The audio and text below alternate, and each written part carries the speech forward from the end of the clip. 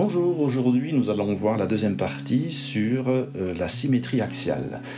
Alors dans la vidéo précédente, tu as pu voir qu'on pouvait définir une médiatrice comme étant la droite perpendiculaire à un segment qui passe par son milieu, et on a construit une médiatrice. On a vu aussi deux propriétés de la médiatrice qui concernaient l'équidistance.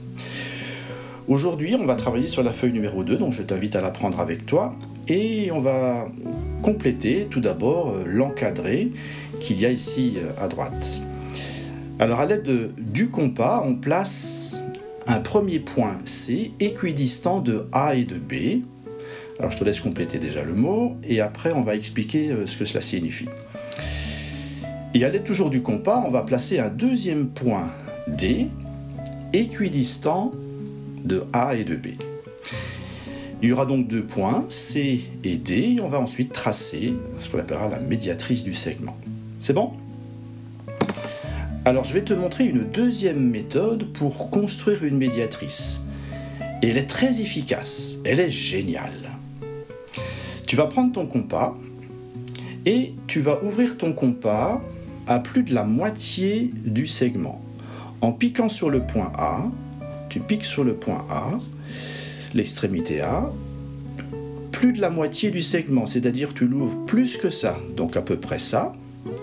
Regarde, et maintenant tu vas tracer deux arcs de cercle. Tu traces un arc de cercle ici, comme ceci. Voilà. Et très important, maintenant tu gardes la même ouverture, Tu piques à l'autre extrémité, en B, et tu traces de nouveau un arc de cercle. Et tu remarques que les deux arcs de cercle se rencontrent au point C et au point D. Et tu remarques que ces deux points que je viens de créer appartiennent à la médiatrice que tu peux tracer maintenant. La médiatrice de ce segment passe par C et D. Je trace, et voici la médiatrice du segment AB. C'est génial, je n'ai même pas utilisé d'équerre. Je peux donc coder maintenant l'angle droit qui est ici, et en plus, ici, la médiatrice passe par le milieu du segment, donc je peux faire le codage des deux longueurs identiques. Tu as compris que les maths, c'est génial. On peut donc tracer rapidement une médiatrice grâce à un compas tout simplement. On va retenir cette méthode parce qu'elle est assez rapide. Dans la suite du cours, on va voir maintenant les figures symétriques. Et ensuite, on va voir différentes symétries, la symétrie d'un point, d'une droite, d'un cercle, etc. Alors, tu as reçu deux figures ici, cette figure-là et cette figure-là. Je te demande maintenant de les coller. Dans l'exemple qui suit, on a ici une figure qui est symétrique et une figure qui n'est pas symétrique. Alors, laquelle des deux va être au bon endroit? Celle-ci, celle-ci. Alors, tu comprends bien sûr, que les figures symétriques, ce sont des deux lettres F ici. On voit ici l'axe de symétrie, l'axe droite D. Et les deux figures qui ne sont pas symétriques, figures non symétriques, c'est donc la lettre F ici qui n'est pas en symétrie l'une de l'autre. Voilà. Et ça donne quoi? Voilà ce que ça donne une fois collé. Voilà, une fois collé, les figures donnent ceci. Donc tu as collé bien sûr une partie seulement pour qu'on puisse plier selon l'axe de symétrie. Alors tu vois ici que effectivement, dans le premier cas, la lettre F ici est bien en symétrie avec l'autre. Si on replie, on voit les images un petit peu qui se superposent par pliage. Alors que l'autre, c'est pas le cas. Tu vois, ici, la lettre F n'est pas la même, une fois retournée, que celle que tu vois apparaître ici. Alors, figure symétrique, on va compléter donc la définition, on vient de le dire. Deux figures sont symétriques par rapport à une droite lorsqu'elles se superposent par pliage, suivant cette droite. Tu peux déjà compléter. Cette droite est appelée l'axe de symétrie. Tu as bien compris, je pense.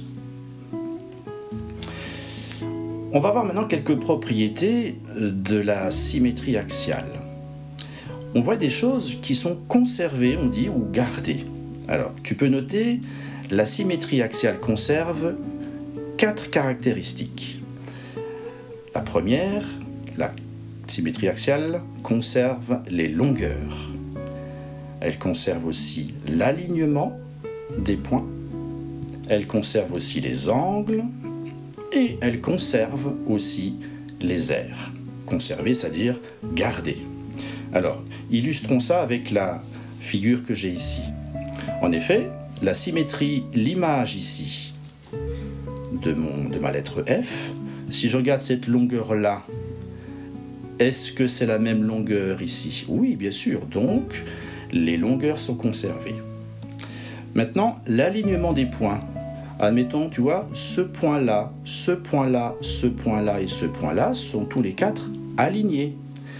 Est-ce que l'image de cette lettre F, on y trouve aussi l'alignement des points? Eh bien oui, on les trouve ici. Ce point est aligné avec celui-là, aligné avec celui-là, aligné avec celui-là. Donc, la symétrie axiale conserve l'alignement des points. Est-ce que les angles sont conservés? Oui, ici, tu vois, là, j'ai un angle droit. Eh bien, par image, l'angle droit, on le retrouve ici. Donc, la symétrie axiale conserve aussi les angles. Et enfin, les aires. Tu sais ce que c'est qu'une aire? C'est une surface ici. La surface de mon F, est-ce qu'elle est la même ici? Ben oui, bien sûr. On a ici la conservation aussi des aires. Voilà les 4 caractéristiques de la symétrie axiale. Voilà pour ce grand 2.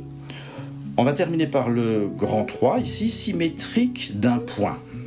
Alors, comment construire le symétrique d'un point?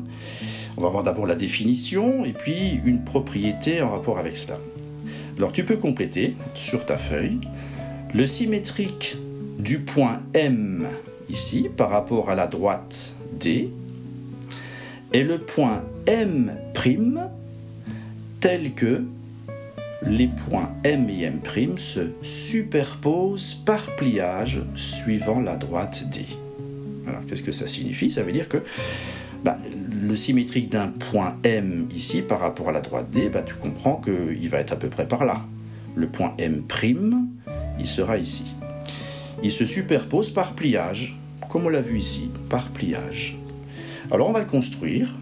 Alors, on sait que pour construire une médiatrice,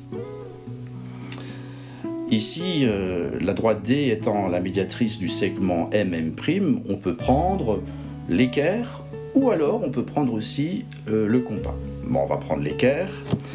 Alors, pour pouvoir prendre le symétrique du point M qu'on va construire ici, qui va devenir M', je construis un angle droit, ici, une droite, le segment M', je vais le construire, il passe par M, voilà, et je prolonge une demi-droite, c'est comme si c'était une demi-droite, voilà. Voilà pour cette longueur que je peux maintenant reporter ici. Alors je peux prendre soit la règle, voilà, je peux mesurer ici, par exemple je lis 2,3 cm et je reporte 2,3 cm de l'autre côté. Alors je peux le faire avec la règle, je peux le faire aussi avec le compas. Et le point M', il sera ici. Tu peux noter M'. Tu fais un codage puisque la droite qui est ici, l'axe de symétrie, passe par le milieu du segment M'.